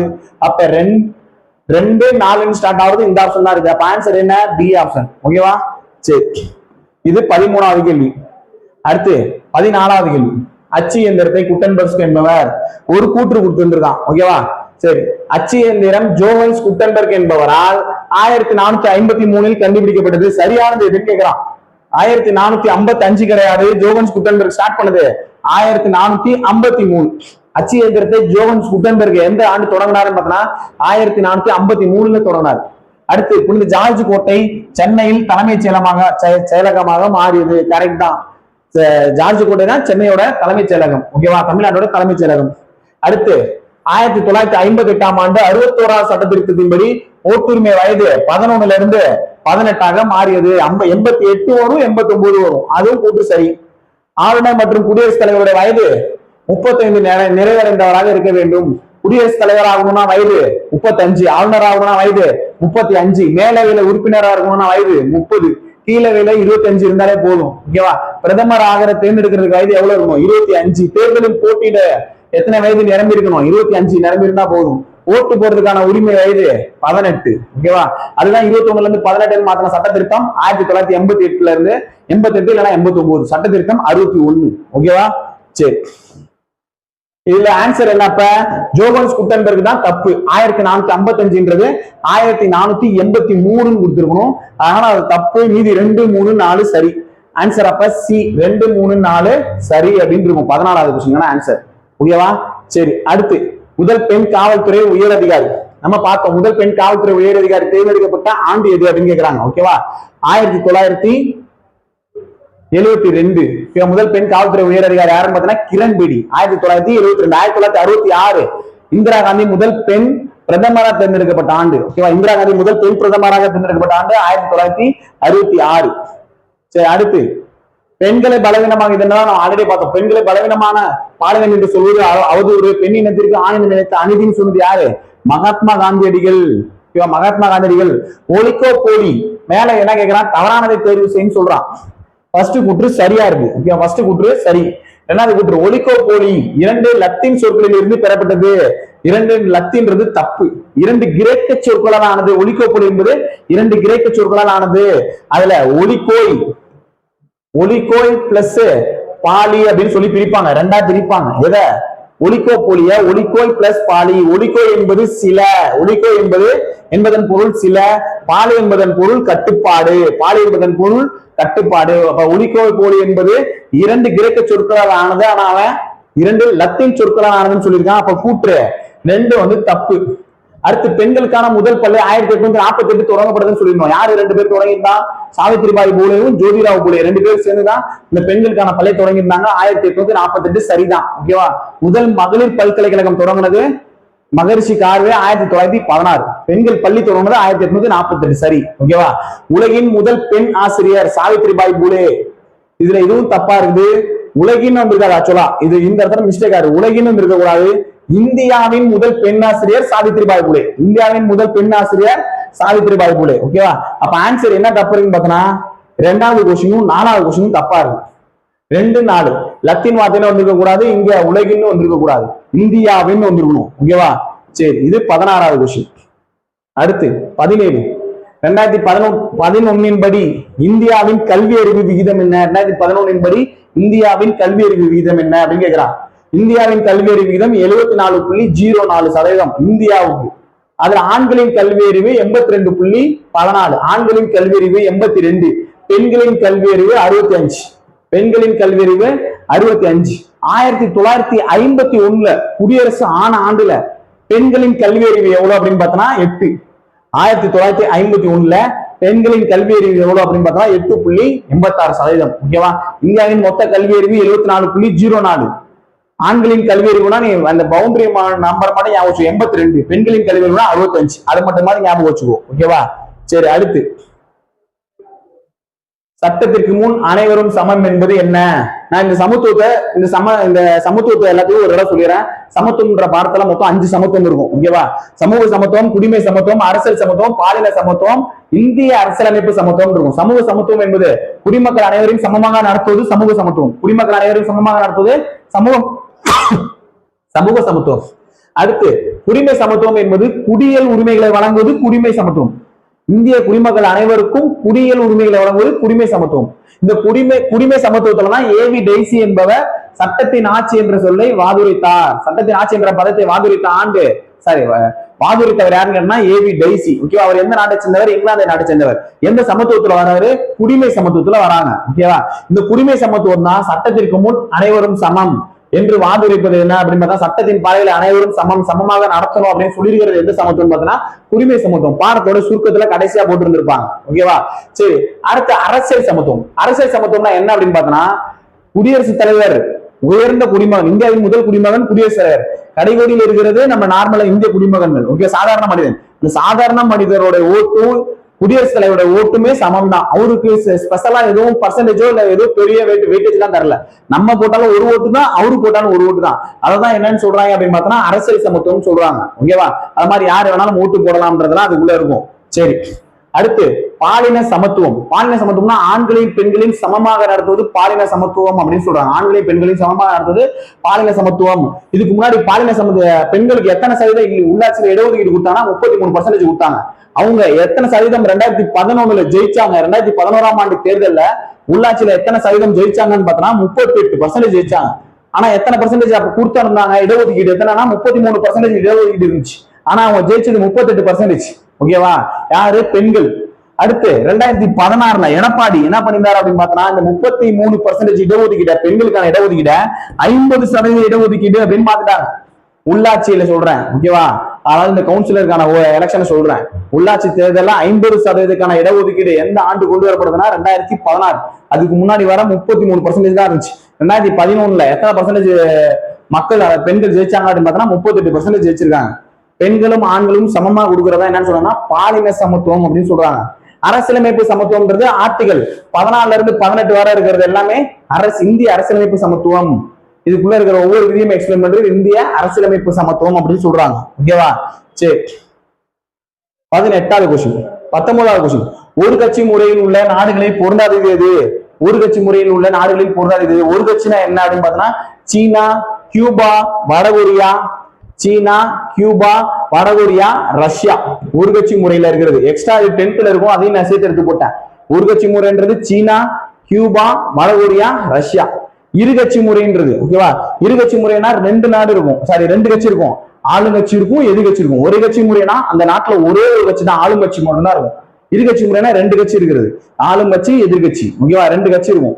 அதுக்கு எடுத்துக்காட்டு என்னன்னு இரு கட்சி முறைக்கு எடுத்துக்காட்டு யூஎஸ், யூகே. இரு கட்சி முறைக்கு எடுத்துக்காட்டு யூஎஸ், யூகே.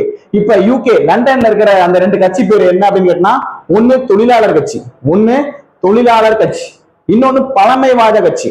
பழமை வாய்ந்த கட்சி, இன்னொன்னு தொழிலாளர் கட்சி. அப்ப அந்த அமெரிக்கால இருக்கிற 2 கட்சி என்னன்னு கேட்டா, ஜனநாயக கட்சி, இன்னொன்னு குடியரசு கட்சி. ஜனநாயக கட்சி, குடியரசு கட்சி. ஒரு கட்சி முறைக்கு எடுத்துக்காட்டு சீனா, வடகொரியா, கியூபா, ரஷ்யா. ஓகேவா? இரு கட்சி முறைக்கு எடுத்துக்காட்டு 2 லெட்டர் இருக்கிறது, யூஎஸ், யூகே, அதாவது அமெரிக்கா, இங்கிலாந்து. ஓகேவா? இரு கட்சி முறைக்கு எடுத்துக்காட்டு. வலக்கட்சி முறைக்கு எடுத்துக்காட்டு 3 ஈ வரும். வலக்கட்சி முறைக்கு எடுத்துக்காட்டு 3 ஈ ஃப்ரெண்ட்ஸா இருக்காங்கன்னு ஞாபகம் வச்சுக்கோ. 3 ஈனா இந்தியா, இலங்கை. 10th இருக்கிறது சேர்த்து சொல்றேன். ஓகேவா? என்னடா இந்த டேட்டா நான் படிக்கிறேன்னு பார்க்காத, 10th இருக்கிறது சேர்த்து சொல்றேன். இந்தியா, இலங்கை, இத்தாலி. இந்தியா, இலங்கை, இத்தாலி 3 பேரும் எங்கவா இருக்காங்க? பிரான்ஸ். இது வந்து பிரான்ஸ், அதனால நான் பிரெண்ட்ஸ்னு வச்சிருக்கேன். இந்தியா, இலங்கை, இத்தாலி, பிரான்ஸ் ஃப்ரெண்டா இருக்காங்க. இது வந்து என்னன்னா பலகட்சி முறை. எக்ஸ்ட்ரா பலகட்சியில என்ன இருக்கும் அப்படின்னு பார்த்தா நார்வே, ஸ்வீடன். Norway, Sweden. நீ என்ன ஞாபகம் வச்சுக்கிற? ஸ்வீட் நார்வே அப்படின்னு ஞாபகம். பல கட்சிக்கு போனா ஸ்வீட் வந்து நார்வோம் அப்படின்னு சொல்லி ஞாபகம். ஸ்வீடன், நார்வே 3 ஈ ஃப்ரெண்டா இருக்காங்க, ஸ்வீடன் நார்வம். அவ்வளவுதான் பல கட்சி முறைக்கான எடுத்துக்காட்டு. இந்தியா, இலங்கை, இத்தாலி, பிரான்ஸ், ஸ்வீடன், நார்வே. எதுக்கு எடுத்துக்காட்டு? பல கட்சி முறைக்கு எடுத்துக்காட்டு. அப்ப ஒரு கட்சி முறை, இரு கட்சி முறை, பல கட்சி முறை அப்படின்னு முடிஞ்சிடும். ஓகேவா? சரி, அரசியல் மக்களாட்சியின் முதுகெலும்பு எதுன்னு கேட்டா அரசியல் கட்சி. மக்களாட்சியின் முதுகெலும்பு அரசியல் கட்சி அப்படின்னு சொல்லுவாங்க. அந்த அரசியல் கட்சியின் உறுப்பினர்கள் 3 பேர் இருக்காங்க. அரசியல் கட்சியின் உறுப்பினர்கள் தலைவர், செயல் உறுப்பினர், தொண்டன். ஓகேவா? தலைவர், செயல் உறுப்பினர், தொண்டன் சொல்லிட்டு அரசியல் கட்சிக்கு 3 உறுப்பினர்கள் இருக்கணும். அந்த அரசியல் கட்சி வந்து அங்கீகரிக்கப்பட்ட கட்சி, அதாவது சின்னம் கொடுப்பாங்க. அங்கீகரிக்கப்படாத கட்சின்னு சொல்லிட்டு 2 இருக்குது. அங்கீகரிக்கப்படாத கட்சி தான் என்னன்னு சொல்லுவாங்கன்னா சுயேட்சை கட்சி அப்படின்னு சொல்லுவாங்க. ஓகேவா? அதுல தேசிய கட்சி, மாநில கட்சி இருக்கும். தேசிய கட்சி மொத்தம் எத்தனைன்னு பார்த்தோம்னா, தேசிய கட்சி மொத்தம் எத்தனை இருக்குன்னு பார்த்தோம்னா 6 தேசிய கட்சி இருக்கு. தேசிய கட்சி மொத்தம் 6 தேசிய கட்சி இருக்கு. அந்த 6 தேசிய கட்சிக்கும் சின்னம் கேட்பாங்க. சும்மா சொல்றேன், காதல வாங்கிக்கோ. ஓகேவா? ஃபர்ஸ்ட் கட்சி 6 தேசிய கட்சி சொல்றேன். முதல்ல பிஜேபி. பிஜேபியோட சின்னம் என்னன்னு பார்த்தோம்னா மலர், தேசிய தாமரை மலர். ஓகேவா? பிஜேபியோட சின்னம் என்னன்னு பார்த்தோம்னா தாமரை.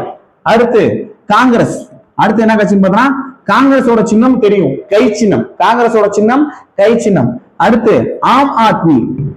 அடுத்து பார்க்க போறது ஆம் ஆத்மி. ஆம் ஆத்மியோட சின்னம் தொடப்பம். ஆம் ஆத்மியோட சின்னம் தொடப்பம். ஓகேவா? அடுத்து நம்ம பார்க்க போறது கம்யூனிஸ்ட். அடுத்து கம்யூனிஸ்ட். கம்யூனிஸ்டுக்கு என்ன? இந்த மாதிரி ஒரு ஒரு அருவாவும் என்ன செஞ்சிருப்பாங்க, ஒரு சுத்திலும் கொடுத்துருப்பாங்க கையில. அறிவாலும் கதிர் அறிவாலும் சுத்திலும் இருக்கிறதா கம்யூனிஸ்ட் கட்சி. ஓகேவா? சமாஜ், பகுஜன் சமாஜ். பகுஜன் சமாஜ் என்னன்னு பார்த்தோம்னா யானை.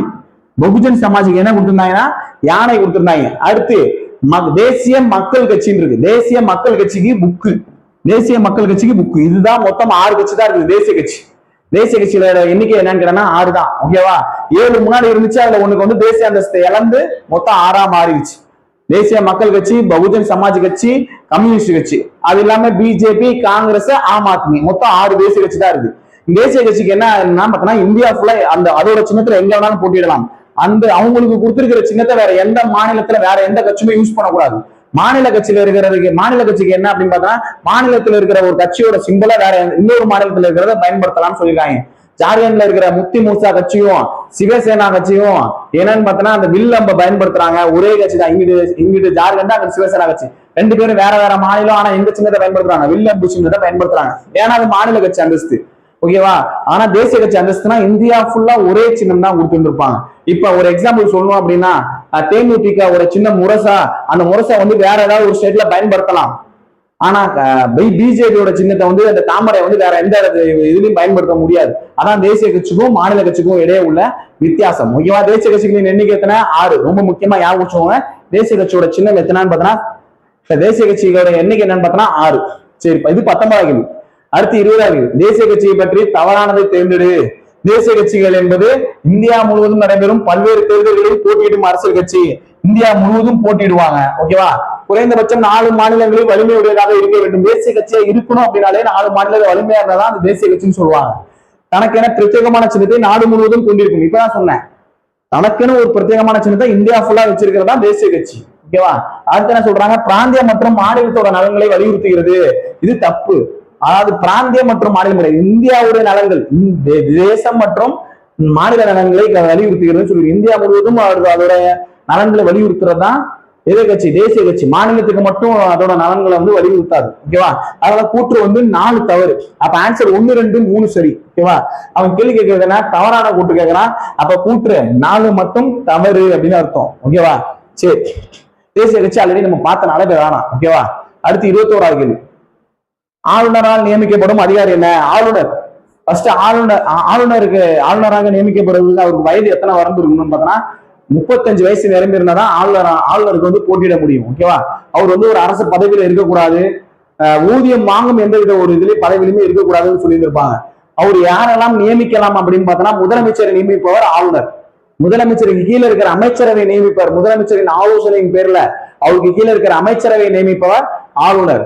அடுத்து தலைமை வழக்கறிஞர். மாநில தலைமை வழக்கறிஞரை நியமிப்பவர் ஆளுநர்.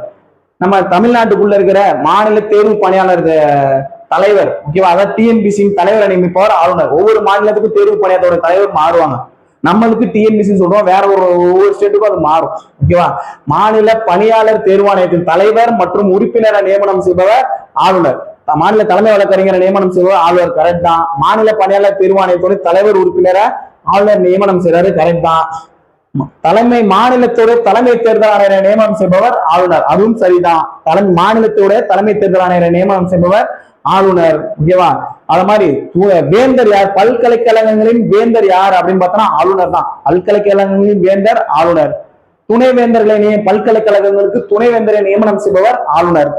மாநிலங்கள பல்கலைக்கழகங்களின் துணைவேந்தர்ன்றது தப்பு. மாநில நியமனம் தானே செய்யறாரு, ரைட்டு தான். மாநில பல்கலைக்கழகங்களின் துணைவேந்தர்களை நியமனம் செய்பவர் யாருன்னு கேட்டா ஆளுநர், சரிதான். ஆனா மாநில பல்கலைக்கழகங்களின் வேந்தரை அவர் நியமனம் செய்ய மாட்டாரு, வேந்தரே ஆளுநர் தான். ஓகேவா? அப்ப கொடுத்திருக்கிறது எல்லாமே சரி. ஆன்சர் என்ன அப்படின்னு பார்த்தா டி ஆப்ஷன் மேற்கண்ட அனைத்தும் சரி. ஓகேவா? சரி, யாரெல்லாம் நியமனம் செய்யற ஆளுநர் அப்படின்னு சொல்லியிருக்காங்க இந்த கேள்வியில. அடுத்த கேள்வி, மாநில நிர்வாகத்தில் யாரெல்லாம் இடம்பெறுவார்கள்? மாநில நிர்வாகத்துல முதலமைச்சர் இடம்பெறுவாரு, மாநில தலைமை வழக்கறிஞர் நியமனம் இடம்பெறுவாரு, ஆளுநர் இடம்பெறுவாரு. உயர் நீதிமன்ற தலைமை நீதிபதி இடம்பெற மாட்டார். உயர் நீதிமன்ற தலைமை நீதிபதி இடம்பெற மாட்டார். ஏன் அப்படின்னு பார்த்தோன்னா, ஒரு சட்டசபை நடக்குது அப்படின்னா முதலமைச்சர் இருந்திருப்பாரு, ஆளுநர் இருந்திருப்பாரு. முதலமைச்சர் இருப்பாரு, ஆளுநர் இருப்பாரு. இந்த தலைமை வழக்கறிஞருக்கு ஒரு இடம் இருக்கும். அவர் வந்து அதுல விவாதத்திலேயோ வாதத்திலேயோ ஈடுபடுறதுக்கு வந்து தலைமை வழக்கறிஞருக்கு இது கிடையாது, பவர் கிடையாது. ஆனா தலைமை வழக்கறிஞர் அந்த சட்டசபையில என்ன நடக்குதுன்னு சொல்லி ஒரு பார்வையாளரா பங்கேற்றுக்கலாம். அதனால அவர் வந்து அந்த நிர்வாகத்துல இடம்பெறுவாருன்னு சொல்லியிருப்பாங்க. யாரு? மாநில தலைமை வழக்கறிஞர். ஓகேவா? இதுல உயர்நீதிமன்ற தலைமை நீதிபதினா அதுல பங்கேற்றுக்க மாட்டாங்க. அதனால இது தப்பு. யாரெல்லாம் இடம்பெறுவாங்கன்னா 1, 2, 4 ஆன்சர். 1, 2, 4 ஆன்சர். உயர் நீதிமன்ற நீதிபதி ஓய்வு பெறும் வயது என்னன்னு கேள்வி கேட்கலாம். ஆன்சர் என்ன? 62. ஆல்ரெடி 60 இருந்துச்சு. உயர் நீதிமன்ற நீதிபதியோட ஓய்வு பெறும் வயது 60 இருந்துச்சு. 60ல இருந்து எதாவது மாத்திருக்கான், 62 மாத்திருக்கான். உச்ச நீதிமன்ற நீதிபதி ஓய்வு பெறும் வயது 62 இருந்ததா 65 மாத்திருக்கான். உச்ச நீதிமன்ற நீதிபதி ஓய்வு பெறும் வயது 65. உயர் நீதிமன்ற நீதிபதி ஓய்வு பெறும் வயது 62. ஓகேவா? மாநிலத்துல உயர்ந்த பதவிகளை வகிக்கிறது, அதாவது அந்த நீதிமன்றத்துல உயர்ந்த பதவி வகிக்கிறது யாருங்கன்னா உயர் நீதிமன்ற தலைமை நீதிபதி. சரி, அடுத்த கேள்வி. உயர் நீதிமன்ற பற்றி சரியான கூற்றை தேர்வு செய். உயர் நீதிமன்றம் மாநில அளவிலான உச்சபட்ச நீதி அமைப்பாகும், சரிதான். குடியரசுத் தலைவரால் உயர் நீதிமன்ற தலைமை நீதிபதி நியமிக்கப்படுகிறார். உயர் நீதிமன்ற தலைமை நீதிபதி நியமிக்கப்படுபவர் குடியரசுத் தலைவர் தான். ஓகேவா? அடுத்தது தலைமை நீதிபதி தமக்கு 65 வயதாகும் வரை அப்பதவியில் இருப்பார். உயர் நீதிமன்றத்தோட தலைமை நீதிபதியோட வயசு 65 கிடையாது, 62. உயர் நீதிமன்ற தலைமை நீதிபதியோட வயசு எத்தனை காலம் வரை அவர் இருப்பாருன்னா 62 வயது வரதான் இருப்பாரு, 65 கிடையாது. 65ன்றது உச்ச நீதிமன்ற நீதிபதி. உச்ச நீதிமன்றம் நீதிபதி எந்த பதவி எத்தனை வயது வரை இருப்பாருன்னு பார்த்தோம்னா 65 வயது ஆகும் வரை அவர் பதவியில இருப்பாரு. ஓகேவா? அப்ப ஆன்சர் என்ன அப்படின்னு பார்த்தோம்னா உயர் நீதிமன்றத்துக்கு இந்த கூற்று 3வது கூற்று தப்பு, 1 2 சரி. அப்ப ஆன்சர் ஏ ஆப்ஷன் 1 2 சரி அப்படின்றது இருக்கும். ஓகேவா? அடுத்து சட்ட மேலவை உறுப்பினராக விரும்பினால், சட்ட மேலவை உறுப்பினராக இருக்கணும்னா வயசு 30 இருக்கணும். ஆளுநருக்கும் குடியரசுத் தலைவருக்கும் 35 இருக்கும். ஓகேவா? நார்மலா தேர்தல போட்டிடணும்னா வயது என்னன்னு பார்த்தோம்னா 25 இருக்கணும். வாக்குரிமை அளிக்கிறதுக்கான வயது 18. ஒருத்தர் ஓட்டு போடணும் அப்படின்னா வயது வாக்குரிமை 18ன்னு சொன்னேன். ஆல்ரெடி 21ல இருந்து எதுக்கு மாத்திருக்கான்? 18க்கு மாத்திருக்கான். சட்ட திருத்தம் 61 வருடம் 1988ல இருந்து 89. ஓகேவா? சரி, அப்ப இதுக்கு ஆன்சர் என்ன? இந்த கேள்விக்கு சட்ட மேலவை உறுப்பினராக இருக்க விரும்பினா ஆன்சர் என்ன அப்படின்னு பார்த்தோம்னா 30. ஓகேவா? சரி, அடுத்த கேள்வி. உயர் நீதிமன்ற தலைமை நீதிபதி எத்தனை ஆண்டு ஆகும் வரை பதவியில் இருப்பார்? உயர் நீதிமன்றம் சொல்லிட்டேன். உயர் நீதிமன்றம்னா ஆன்சர் 62. உச்ச நீதிமன்றம்னா ஆன்சர் 65. 60ல இருந்து தான் 62 மாத்தினாங்க. 62ல இருந்து உச்ச நீதிமன்றத்துக்கு 65 அப்படின்னு மாத்தினாங்க. ஓகேவா? சரி, ஓரளவு முடிச்சாச்சுன்னு நினைக்கிறேன். இதுல ஓரளவு நல்லாவே ஃபுல்லா உனக்கு கவர் ஆயிருந்திருக்கும். உனக்கு அந்த நுகர்வோர்ல இருந்து மட்டும் தான் 1 2 டேட்டா விட்டுருக்கேன்னு நினைக்கிறேன். எதுவும் மிஸ் பண்ணிருந்தா அப்படின்னா கீழே இதெல்லாம் நீங்க கமெண்ட் பண்ணுங்க. ஓரளவு 7th ஃபுல்லாவே கவர் ஆயிடுச்சு. நீ ஃபுல் ரிவிஷனையும் இந்த ஃபுல் கொஸ்டினையும் பார்த்த அப்படின்னால ஓரளவு கவர் ஆயிரும். அப்படி கவர் ஆகாத ஒரு சில கொஸ்டின் 6th ஒரு சில கொஸ்டின் விட்டுருந்தேன். அத மாதிரி 7th ஒரு சில கொஸ்டின் கவர் ஆகாத கொஸ்டின்னா சேர்த்து 6th to 8th ஒரு ரிவிஷன் போடுவோம். அந்த 6th to 8th ரிவிஷன்ல எல்லாத்தையும் முடிச்சிடலாம். ஓகேவா? நீ நல்லா அப்படியே கூடயே அப்படியே கவர் பண்ணிட்டு கூடயே வந்துட்டே இருந்தா அப்படின்னா எல்லாத்தையுமே கம்ப்ளீட் பண்ணிடலாம். பாலிட்டி அவ்வளவுதான் அப்படின்ற மாதிரி இருக்கும். ஓகேவா? நம்மளுக்கு எஸ்ஐக்கு 14 கொஸ்டின் பாலிட்டில இருந்து மட்டுமே வந்தது. நான் அந்த வேக் டு ஸ்டடின்னு சொல்லிட்டு ஒரு ப்ரூஃப் போட்டிருப்பேன். பாலிட்டி எங்க இருந்தெல்லாம் எடுத்தாங்க 2023ல அப்படின்னு சொல்லி நான் ஒரு கொஸ்டின் போட்டிருப்பேன். அதை நீ அந்த வீடியோ பார்த்தாலே உனக்கு அனலைசேஷன் தெரியும். ஓகேவா? அதிகமான கொஸ்டின் 6th இருந்தா எடுத்தாங்க. அதனால பாத்துக்கோ. 6th 10th இருந்தும் அதிகமா எடுத்திருப்பாங்க. 11th 12th கையை வச்சிருந்திருப்பாங்க. ஓகேவா? சரி, 7th வீடியோ உனக்கு ஓரளவு யூஸ்ஃபுல்லா இருக்கும் நினைக்கிறேன். யூஸ்ஃபுல்லா இருந்துச்சு அப்படின்னா லைக் பண்ணுங்க, சப்ஸ்கிரைப் பண்ணுங்க. நம்ம நெக்ஸ்ட் வீடியோல பார்க்கலாம். தேங்க்யூ.